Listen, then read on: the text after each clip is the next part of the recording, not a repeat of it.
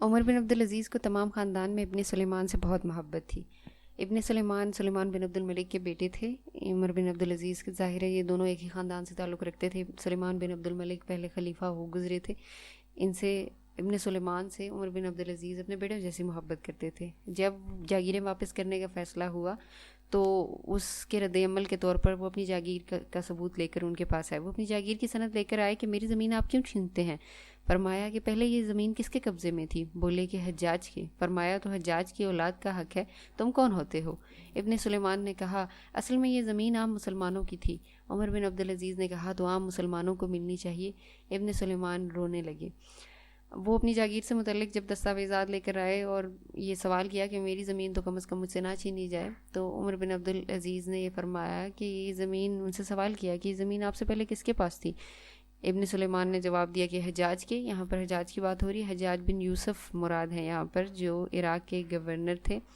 اسلامی تاریخ میں ایک ظالم حکمران کے طور پر ان کو سمجھا جاتا ہے۔ تو ابن سلیمان نے یہ کہا جی کہ میرے والد سے مجھے ترکے میں یہ زمین ملنے سے، یہ جاگیر ملنے سے پہلے یہ حجاج بن یوسف کی تھی۔ حجاج بن یوسف سے میرے آباء و اجداد کو یہ منتقل ہوئی تھی۔ تو حضرت عمر بن عبدالعزیز نے اس کے جواب میں فرمایا کہ اگر یہ حجاج کی تھی تو پھر حجاج کی اولاد کا حق ہے، آپ کا نہیں ہے کسی طرح بھی۔ ابن سلیمان نے کہا کہ اصل میں یہ حجاج بن یوسف سے پہلے عام مسلمانوں کی تھی۔ حجاج بن یوسف نے بھی عام مسلمانوں سے یہ لی تھی، بلکہ آپ یوں کہیں کہ چھینی تھی۔ تو اس کے جواب میں عمر بن عبدالعزیز نے کہا کہ اگر ایسا ہے تو پھر تو واقعی یہ عام مسلمانوں کو ہی ملنی چاہیے، تم تو کسی طرح بھی اس کے حقدار نہیں ٹھہرتے۔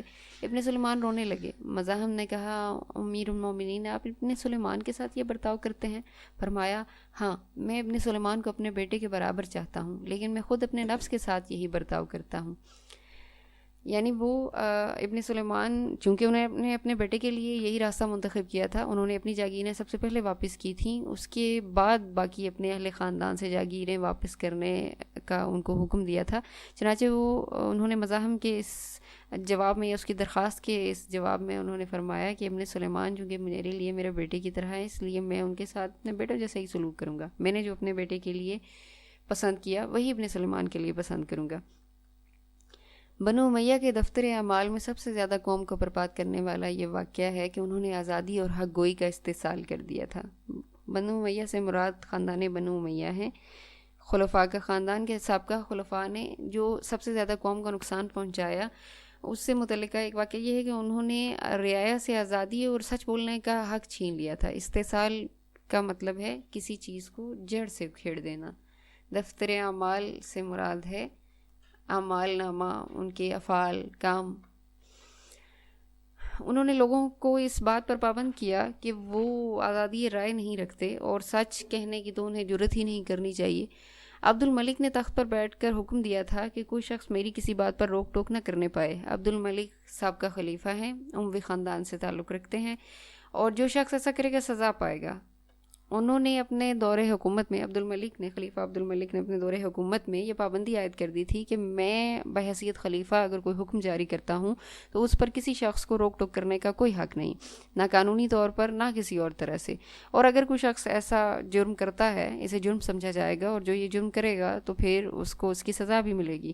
اگرچہ اس پر بھی آزادی پسند عرب کی زبانیں بند نہ ہوئیں، تاہم بہت کچھ فرق آ گیا تھا۔ عمر بن عبدالعزیز نے اس بدعت کو بالکل مٹا دیا۔ بدعت سے مراد اس کا لفظی مطلب ہوتا ہے دین میں کوئی نئی بات نکالنا۔ آپ اس سے مراد لے سکتے ہیں کوئی بھی نئی بات جو خود بنا لی جائے، جو اصل میں موجود نہ ہو۔ چونکہ اسلام نے شریعت میں کسی طرح بھی آزادی اور حق گوئی کا استحصال نہیں کیا گیا، بلکہ لوگوں کو آزادی رائے کا حق دیا گیا ہے، سچ بولنے کی تلقین کی گئی ہے، اس لیے لوگوں کی آزادی رائے پر، آزادی اظہار پر اور سچ بولنے پر پابندی لگانا گویا ایک بدعت تھا۔ عمر بن عبدالعزیز جب خلیفہ کے طور پر تخت پر بیٹھے تو انہوں نے سب سے پہلے اس اصول یا اس قانون کا خاتمہ کیا۔ دو نہایت متدین اور راست باز شخص اس کام پر مقرر کیے کہ عدالت کے وقت ان کے پاس موجود رہیں اور ان سے جو غلطی سرزد ہو فوراً ٹوک دیں۔ ان کے اس طرز عمل سے لوگوں کو عام طور پر جرت ہو گئی تھی اور لوگ نہایت بے باکی سے ان کے اقوال و افعال پر نکتہ چینی کرتے تھے۔ متدین، دیندار، راست باز، سچے، اور بے باکی بے خوفی کو کہتے ہیں، نکتہ چینی تنقید کو کہتے ہیں۔ انہوں نے اس مقصد کے لیے یعنی لوگوں کو آزادی رائے کا حق دینے کے لیے اپنی عدالت میں اپنے فیصلے کرتے ہوئے دو نہایت ہی دیندار اور سچے لوگوں کی یہ ذمہ داری طے کر دی کہ جب عدالت کے وقت وہ فیصلے کر رہے ہوں تو وہ دو لوگ ان کے پاس موجود رہیں. اگر دوران عدالت فیصلے کرتے ہوئے ان سے اگر کوئی غلطی سرزد ہو جائے, کوئی فیصلہ وہ غلط کر دیں, کوئی غلط رائے قائم کر دیں, تو وہ دو لوگ ان کو اس پر رائے دیں, سر عدالت وہ رائے دے سکتے ہیں. یہ بہت بڑی بات تھی اس زمانے میں جب کہ خلفاء اور خلافت وراثت بن چکی تھی, موروثی طور پر منتقل ہو رہی تھی, اور خلیفہ جو ہوتا تھا وہ ایک مطلق العنان بادشاہ کی طرح اس کا طرز عمل ہوتا تھا. ویسے میں ان کا یہ اقدام بہت قابل تحسین بھی تھا اور بڑی حوصلہ افزا بات تھی.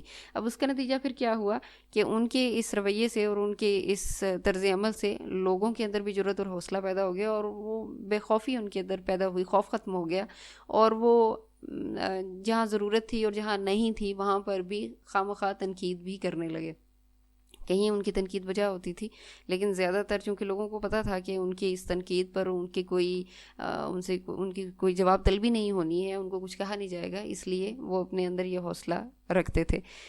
محدث ابن جوزی نے بسند یہ واقعہ نقل کیا ہے کہ مسلمہ بن عبد الملک جو خاندان بنو امیہ کا دست و بازو تھا نے ایک گرجا کے متولیوں کے مقابلے میں دعویٰ دائر کیا. محدث ابن جوزی کا پہلے بھی سبق کے آغاز میں ذکر ہو چکا ہے. علامہ ابن جوزی کی بات ہو رہی ہے جنہوں نے سیرت العمرین لکھی تھی.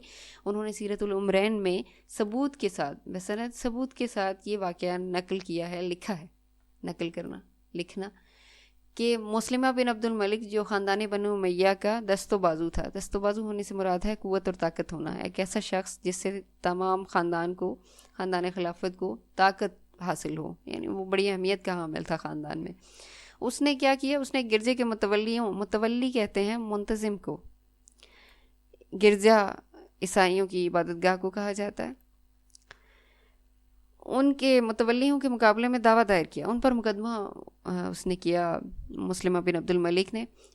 فریق مقدمہ جو عیسائی تھے اجلاس میں حسب قاعدہ کھڑے تھے, حسب قاعدہ قانون کے مطابق, قاعدے کے مطابق, کیونکہ عدالت میں کھڑے ہو کر ہی اپنا مدعا پیش کرنا ہوتا تھا, اصول یہی تھا. فریقین کھڑے تھے عیسائی, لیکن مسلمہ کو چونکہ خاندانی زام تھا, غرور کہ میں خلفاء کے خاندان سے ہوں اور میں کھڑا ہونا گوارا نہیں کرتا, اس لیے بیٹھ کر گفتگو کرتا تھا. عمر بن عبدالعزیز نے کہا تمہارا فریق مقدمہ کھڑا ہے اس لیے تم بیٹھ نہیں سکتے, تم بھی اس کے برابر کھڑے ہو جاؤ یا کسی اور کو مقرر کرو جو تمہاری طرف سے مقدمے کی پیروی کرے. مقدمے کا فیصلہ بھی مسلمہ کے خلاف کیا, یعنی زمین متنازع گرجے کے متولیوں کو دلا دی. زمین متنازع جس زمین پر جھگڑا تھا, تنازع سے ہے یہ جس پر جھگڑا تھا. ایسا نہیں, اس کا مطلب ہرگز نہیں کہ عیسائیوں کو انہوں نے ان کے مذہب کی وجہ سے یہ رواداری کے تحت نوازا اور ان کے حق میں فیصلہ کر دیا, بلکہ معاملے کی تہ تک پہنچ کر جو حقائق سامنے آئے ان حقائق کی روح سے عیسائیوں کے حق میں انہوں نے فیصلہ کر دیا تھا, اور مسلمہ بن عبد الملک کا خاندان کا یا خلفاء کے خاندان سے ہونے کا مطلق انہوں نے لحاظ نہ کیا.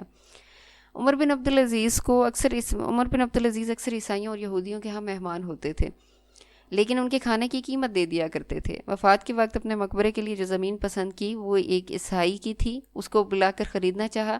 اس نے کہا امیر المومنین قیمت کی ضرورت نہیں, ہمارے لیے تو یہ امر برکت کا باعث ہوگا, لیکن انہوں نے نہ مانا اور 30 دینار دے کر وہ زمین خرید لی. یعنی اپنے مقبرے کے لیے قبل از وفات ہی انہوں نے زمین خریدی, اور باقاعدہ خریدی, اور خریدی بھی ایک عیسائی سے تھی.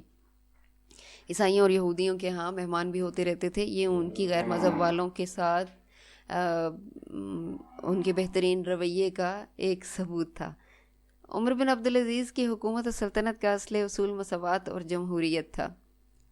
مساوات برابری کو کہتے ہیں, اور جمہوریت ایک نظام حکومت ہے, یعنی جس میں عوام کے منتخب کردہ نمائندے ہی لوگ ہی عوام پر حکومت کرتے ہیں. عوام کی حکومت ہوتی ہے بنیادی طور پر جمہوریت. ان کی حکومت اور سلطنت کی بنیاد مساوات پر تھی اور جمہوریت پر تھی. جمہوریت نظام حکومت ایسا ہوتا ہے جس میں رعایا کو ہر طرح کی مکمل آزادی ہوتی, خاص طور پر اظہار رائے کی. یعنی یہ کہ تمام لوگ یکساں حقوق رکھتے ہیں اور بادشاہ کو کسی پر کسی قسم کی ترجیح حاصل نہیں. صرف ملکی امور میں نہیں بلکہ معاشرت اور ذاتی زندگی میں بھی عمر بن عبدالعزیز اس کا لحاظ رکھتے تھے. ان کے کھانے کا یہ طریقہ تھا کہ عام مسلمانوں کے لیے جو لنگر خانہ تھا اس میں 1 درہم روز بھیج دیا کرتے تھے اور وہیں جا کر عام مسلمانوں کے ساتھ کھا لیتے تھے. ایک دفعہ رات کے وقت مسجد میں گئے. ایک شخص مسجد کے صحن میں لیٹا ہوا تھا. اتفاق سے عمر بن عبدالعزیز کے پاؤں کی ٹھوکر اس کو لگی. اس نے جھلا کر کہا کیا تو پاگل ہے؟ عمر بن عبدالعزیز نے کہا کہ نہیں. پولیس کے آدمی موجود تھے. انہوں نے اس شخص کو گستاخی کی سزا دینی چاہیے. عمر بن عبدالعزیز نے کہا کیوں؟ اس نے کیا گناہ کیا ہے؟ اس نے تو صرف استفسار کیا تھا کیا تم پاگل ہو؟ میں نے کہہ دیا نہیں. استفسار کہتے ہیں دریافت کرنا، سوال کرنا، پوچھنا کچھ. یہ ان کی حلیمی نرم مزاجی کا واقعہ انہوں نے نقل کیا، صبر اور برداشت کا، کہ رات کے وقت مسجد میں گئے. ایک شخص راستے میں صحن میں لیٹا ہوا تھا.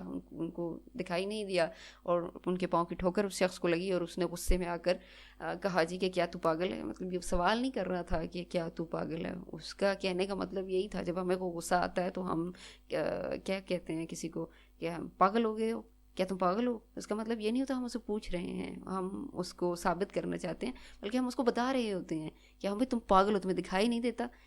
اس کا بھی ایسا ہی رویہ تھا. لیکن عمر بن عبدالعزیز نے بڑے آرام سے اور سکون سے اس کے اس جملے کے جواب میں کہہ دیا کہ نہیں، پولیس کے آدمی اور اس شخص کو گستاخی سے سزا دینی چاہیے. تو عمر بن عبدالعزیز نے کہا بھائی اس نے کوئی گناہ نہیں کیا، اس نے ایک سوال کیا اور میں نے اس سوال کا جواب دے دیا. عمر بن عبدالعزیز جب مرنے لگے تو مسلمہ بن عبد الملک نے کہا کہ وصیت کر جائیے، یعنی اپنے اہل خاندان کے لیے جو کچھ ترکے میں آپ نے چھوڑنا ہے اس سے متعلق نصیحت کیجیے. وصیت آخری نصیحت ہوتی ہے مرنے سے پہلے جو کی جاتی ہے. کہا میرے پاس کیا ہے جس کی وصیت کروں؟ مسلمہ نے کہا میں ابھی 1,00,000 دینار بھیجے دیتا ہوں، جس کو چاہیں اس میں سے وصیت کیجیے. فرمایا کہ اس سے تو یہ بہتر ہے کہ یہ رقم جن لوگوں سے وصول کی ہے ان کو واپس دے دو. مسلمہ یہ سن کر بے اختیار رو پڑے. یعنی وفات کے وقت وصیت کا کہا جا رہا ہے اور مسلمہ بن عبد الملک نے یہ پیشکش بھی کی کہ میں خود اپنے ذاتی مالیت سے آپ کو 1,00,000 دینار بھیج دیتا ہوں، اس میں سے آپ وصیت کر دیجئے. لیکن اس آخری وقت میں بھی حضرت عمر بن عبدالعزیز کو عام لوگوں کی اور رعایا کی فکر تھی کہ یہ اس قدر جو رقم ہے، ظاہر ہے ان کو سابقہ خلفاء سے اپنے خاندان سے وہ وراثت میں ملی تھی اور جس پر ان کا کچھ حق نہ تھا، زبردستی چھینی اور وصول کی گئی وہ رقم تھی. اس لیے عمر بن عبدالعزیز نے فرمایا کہ مجھے دینے سے بہتر ہے کہ ان کے اصل مالکان کو یہ لوٹا دو. اس سلسلے میں یہ امر بیان کرنے کے قابل ہے کہ خلفائے بنی امیہ کی دولت مندی کا یہ حال تھا کہ جب ہشام بن عبد الملک نے وفات پائی تو اس کے ترکے میں سے صرف اولاد ذکور کو جس قدر نقدی رقم وراثت میں ملی اس کی تعداد 1,10,00,000 دینار تھی. اس زمانے میں 1,10,00,000 دینار بہت بڑی رقم تھی. اور یہ مثال دی جا رہی ہے کہ خلفائے بنی امیہ، خاندان بنی امیہ کے سابقہ خلفاء کس قدر دولت مند تھے. ہشام بن عبد الملک سابقہ خلیفہ تھے. وہ وفات کے وقت انہوں نے اپنی اولاد ذکور اور نرینہ اولاد کو کہتے ہیں یعنی بیٹوں کو، جو بیٹوں کے حصے میں صرف نقدی رقم آئی تھی، نقد رقم وہ 1,10,00,000 دینار تھی، باقی جاگیریں اس کے علاوہ تھیں. لیکن عمر بن عبدالعزیز نے جب وفات پائی تو کل 17 دینار چھوڑے. یہ کل رقم ہے، کل 17 دینار جو وفات کے وقت انہوں نے ورثے میں چھوڑی تھی، جن میں سے تجہیز و تکفین، کفن دفن کو کہتے ہیں تجہیز و تکفین، مصارف وہ مقامات جہاں کچھ خرچ کیا جاتا ہے، اخراجات آپ کہہ سکتے ہیں. تجہیز و تکفین کے مصارف ادا کرنے کے بعد 10 دینار بچے جو ورثاء پر تقسیم ہوئے. یہ کوئی رقم نہیں ہے 10 دینار جو خاندان میں تقسیم کی گئی تھی، یہ خلیفہ کی بات ہو رہی ہے. غرض عمر بن عبدالعزیز کی خلافت اور سلطنت ٹھیک اسی اصول کا نمونہ تھی جو اسلام نے قائم کیا تھا. یہ آخر میں کتاب کا عنوان دیا گیا ہے مقالات شبلی، اس کی جلد ہے 4 جس میں سے آپ کا یہ سبق نثری سبق لیا گیا تھا. یہ ہوا ہمارا پہلا سبق مکمل.